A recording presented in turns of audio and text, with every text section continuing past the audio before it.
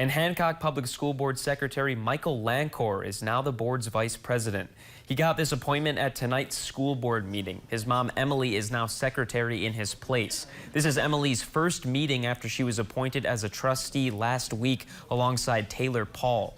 The search for a new superintendent also continues. The board held a 90-minute Zoom workshop with a Michigan Association of School Boards consultant after the meeting.